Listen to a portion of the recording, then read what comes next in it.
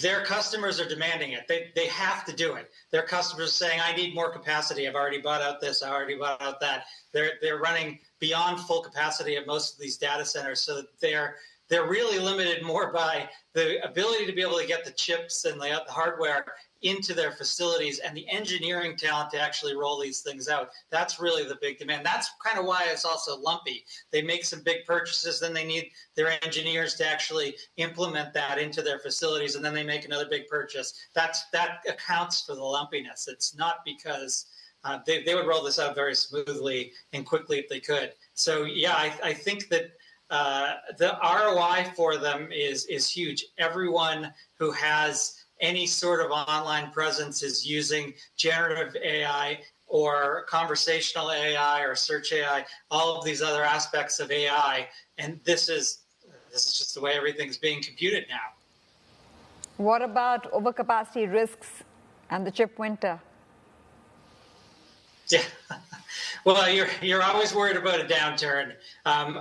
We kind of just came through a mini downturn, just kind of last year. Because don't forget, inventories went up, lead times fell dramatically, and it was kind of tough going, particularly for memory and for NAND, et cetera. Those are the places where you got hit the hardest. But and smartphones kind of slowed down a little bit. PCs have slowed down a little bit. But now you really start to see everything pick up. Really AI right now. But I think in the second half of the year, you're going to see much stronger smartphone and PC, kind of driven more by this AI and also by just standard consumer type of seasonality.